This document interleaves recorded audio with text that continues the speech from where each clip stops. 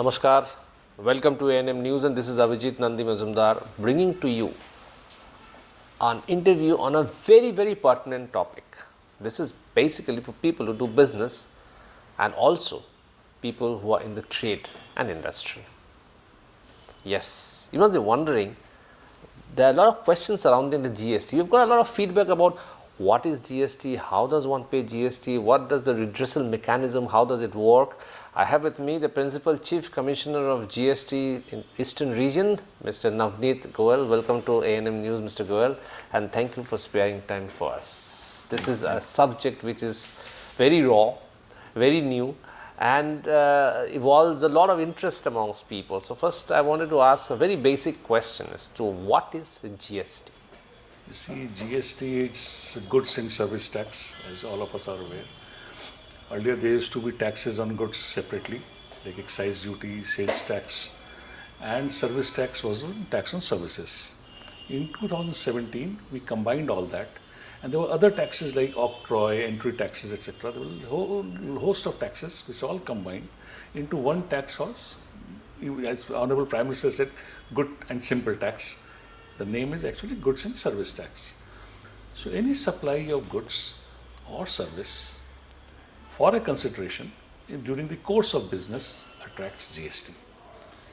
Normally the rate is around 18% of the value of that supply. On some goods or services which are day-to-day goods, common man goods attract 12%. And certain, for example, where there are some problems for getting input credit, etc. There we give around 5% tax without credit. This is the normal tax rates. Who has to pay GST? When you pay GST, who are the persons who has to pay GST, and what has to register? How does one register with the department? You see, there are so many traders, businessmen.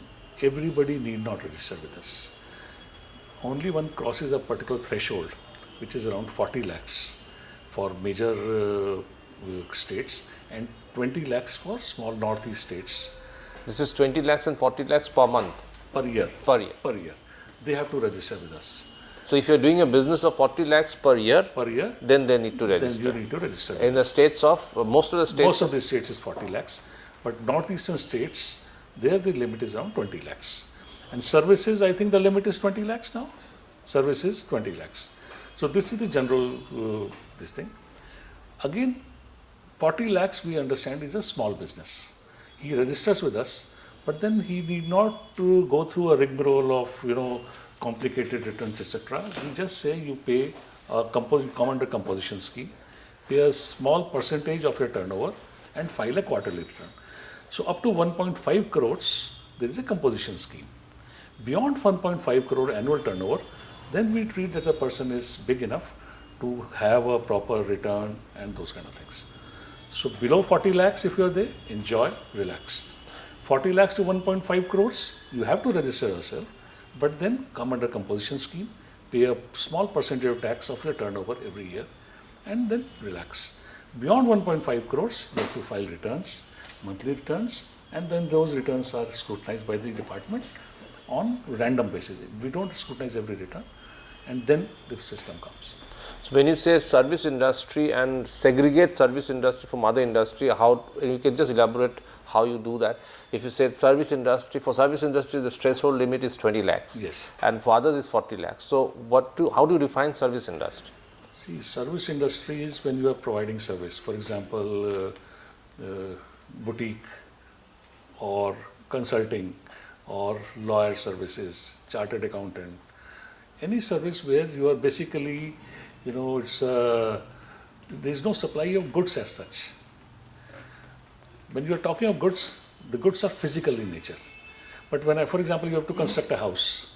Now the house is constructed, it requires bricks and cement and steel, all that. These are all goods. But there is an architect who is probably giving you drawing, he is supervising the entire construction.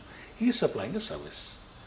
So for the services, this is 20 lakhs threshold limit, business per year. Now in case he is an architect who is only giving the service, his threshold is 20 lakhs. Okay. But in case there is a works contract service, for example, there is a person who says, okay, I will construct your entire house for you. And I will supply goods to him. Some goods he is taking.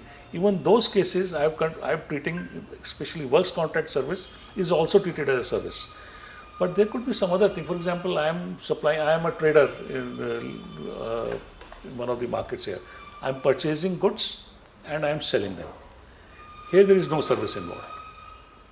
This is just pure supply of goods. Pure supply of goods. Now, when one registers, how does one go into the state GST or the central pool? How do you segregate? See, when a person applies for registration, there is a format, he applies, and then the computer decides where his application goes. Normally, the algorithm is that alternate it goes. One goes to state, the other goes to center. And then it goes, there are officers who will look into his application. Basically, we see two things. First, who is applying for registration? So we look for his Aadhaar number, whether he exists. There are a lot of problems of fake invoices nowadays. So whether he exists. Secondly, where will he do his business? Because if we go tomorrow and he has done some fraud, at least we should be able to find him. So the address where he is going to do his business. If it's his own address, we look for the document, some kind of document, electricity bill, property documents, something. In case he's going for a rented premises, then an agreement with the owner, and then the ownership details of the owner. That the owner actually owns that property. Again, property details or electricity bill, something of that, a municipality certificate. Once we see this and it's okay, then we get the registration. Okay, but this is again depends on whether you goes to the central pool or the state pool, depends on the computer's algorithm. Yes. It's the government decided by the computer. Government doesn't have any role to play at this. No. And you cannot decide whether we cannot decide. Or the person who is He cannot decide. He also cannot decide. Now, how do I pay the taxes once you do into the GST? So how do you pay the taxes? You see, GST is an indirect tax. So let's say, for example, I am a trader. I am a trader of, let's say, cloth. So I am selling cloth. I'll cut an invoice. Let's say I sell to you 100 rupee worth of cloth. And the tax is, let's say, 5%. So I'll make an invoice of 105. So that 5 rupees that you give to me comes to me. Now during the month, I collect, let's say, 5 lakh rupees of tax. At the end of the month, I'll file a return where I'll show how much I had sold, how much I had purchased, and this is the tax due. If the total amount is 5 lakhs, this I then pay through a portal in the government account. This is how it is paid. So the portal will show your liabilities and your payments. Okay. So now there are in small businesses, what we have often seen when you go there, you go to a small shop or eatery, they give you a bill which has a GST, but sometimes they do not give you the bill. So what happens in that case? They are evading the GST, isn't it? So what's your... So in case he is not giving the bill, see, one possibility is that he is below that limit. Okay. He is really a small person who is not required to register. So if he is not giving a bill, should not immediately raise an alarm. And we shouldn't start questioning him. But in case he is a big enough beyond that limit, he has to give a bill. Okay. He is duty bound to give that bill. And recently, government has started the scheme that getting a GST bill is my fundamental right. It's my right. Getting an invoice is my adhikar. So I have to demand invoice so that the tax evasion can be stopped. Okay, so you demand your GST number should be prominently displayed? Displayed. And what we have prescribed is that all registrants have to display prominently the GST number on their premises. It should be mentioned on their invoice also. And you demand an invoice from the customer? Customer should demand it from the trader. Invoice from there. Yes. What are the advantages of having a GST? You see, GST has made life of traders very simple. Earlier, for example, if I was a, let's say, trader of cloth or wood or whatever, and I am supplying to different states, I am based in Calcutta and my supplies are going to Bihar, maybe Delhi or Bangalore. So each state would have its own sales tax. So first of all, and it will have its own scheme of exemptions. There would be a central excise also, maybe 16%. So if it's going to Karnataka, maybe 16% plus 12%, to Bihar 16% plus 8%. So I had to know what are the rates in different states. Each state had different forms. There was a scheme of C form. If it is going for a particular purpose, then I could claim exemption. So I have to go to that state and get those exemptions. So I had to depend on a battery of lawyers, chartered accountants, tax consultants in different states. First, I should be aware of that. Then I should employ them to get the best. And then when my trucks are going to different states, there would be checkpoints at each point. There would be barriers. Once the GST came, we removed all that. Now there is a simple tax of 18%. So as a businessman, I need not worry whether my goods are going to Karnataka or Delhi or Bombay. I'll just cut an invoice with 18% tax and the goods can move. On-road truck checking has been reduced to a minimal. The sales tax posts which used to be at state borders have been removed. As a result, the speed at which the trucks are moving now is increased almost by 30-40%. So it has saved on fuel costs, it has saved on time costs. And earlier the decisions on where I would build my warehouses would depend on the tax rates. But now, as you would have seen in the last 5 years, the logistics, the warehouse, these clusters have come up in different areas all over India. It is partly because now the business decisions are being taken according to where my warehouse should be located rather than where it will be more profitable in terms of taxes. So the entire logistic costs have come down. It has made life easier for businessmen. You do not need to have such a battery of tax consultants. You just file your return with one authority. Earlier he was reporting to two authorities, sales tax also as well as central excise. Now he is registered with one GST, either central or state. He files his return there and we go over. So what are the redressal mechanism?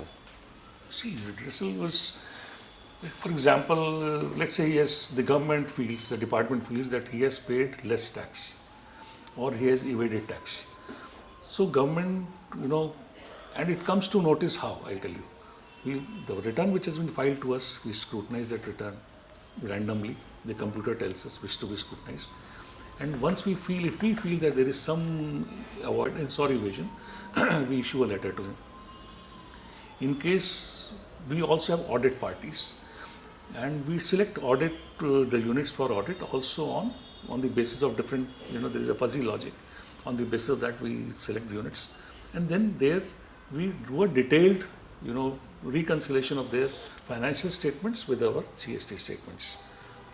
Third is, in case we feel that there is something happening, evasion is happening in such a manner that the correct figures are not being reflected in the financial statements, there is clandestine clearances or something of that kind, then we raid a person. Although rates are very less nowadays, but they do happen. So the net outcome of all these three things, scrutiny, audit or raids, is an issue of show cause notice in case the department feels that there is a shortfall in revenue. That show cause notice, when it is issued, the person has a chance, is an opportunity to explain. He gives a reply. After that, he gets a personal hearing so that he can come and explain. His lawyer can come and explain the matter. And our courts have held that in interest of natural justice, you cannot decide a case unless you give a hearing to the person. In case you don't want a hearing, don't come. If you feel I am unnecessary, there is no need to go, you can decline. But the officer is bound to give you a hearing. Once that hearing is taken and the officer passes an order, it has to be a reasoned order. It cannot be a cryptic order. That is so that the SSC should know if there is a tax liability attached to him, why that tax liability has been attached, what are the reasons. Once that order comes to him, he has a chance to go in appeal against that order. It's not a final thing.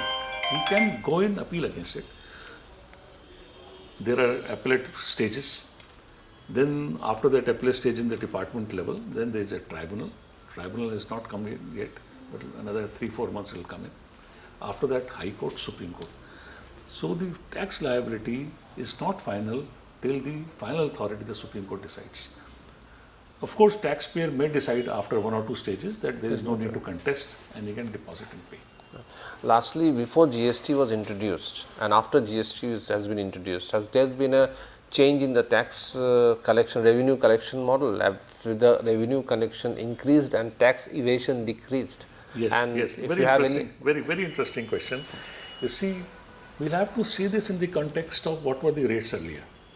Earlier, any goods were attracting normally 16% central excise plus around 8 to 18% sales tax in different states.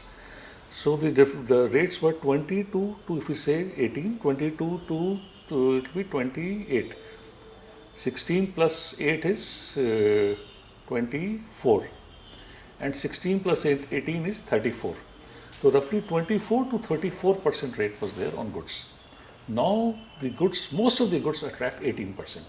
So the tax incidence has almost been halved, except a few goods which have 24%, plus a lot of goods attract only 12%. So the tax rates have been brought down drastically. In spite of that, the tax revenues have grown up. What we are doing now, and if you see the GST revenues, when we started, we were getting around 80 to 90,000 crores per month. Today, if you see last 3-4 months, we have crossed 1,60,000 crores every month. Almost So double. revenue has doubled in last 5 years. Why it has happened? Because now we have a lot of data. The entire system is based on collecting digital data, analyzing the data, and then, we are not even issuing show cause notices. We send polite letters to the SSCs that here, look, this is a discrepancy in your data. And that is motivating taxpayers to come clean, ensure that there is no discrepancy in the data, and we are getting good revenues. So your revenue generation has Revenue increased generation has increased. and is streamlined over the years, which is Yes. more or less, which is Because now the system is more digital based, and as I see it going forward, once we go for digital payments, now still there is a lot of cash circulation in the economy, but once we go for digital payments, which our government is trying very hard, for example, digital rupee has come in now. A lot of payments are going through these RTGS and digital payments. Tax evasion will come down, and we may, as our Honorable Prime Minister said, that 2047 we have to be a developed nation. I am sure much before that, we will be getting a fair share of our legitimate taxes into our kitty. And I must say here, all our bridges, roads that you see, is all because of the revenues which are coming. The taxpayers should know, should realize that they are contributing to the nation building. The roads that we see, the bridges that we see, the jawans at the border, the dresses, the armaments, is all because of the taxpayers' legitimate, the contribution to the exchequer. So there has been an increase and streamline of taxes over the years. GST has cleared that, and Mr. Goel has also clarified that every aspect of the GST from top to bottom. So if you have a redressal mechanism, you know now where to go. Thank you for talking to us, Mr. Goel, and thank you for watching ANM News. Keep watching our channel, and we'll come up with such interviews more in near future. Thank you. Namaskar.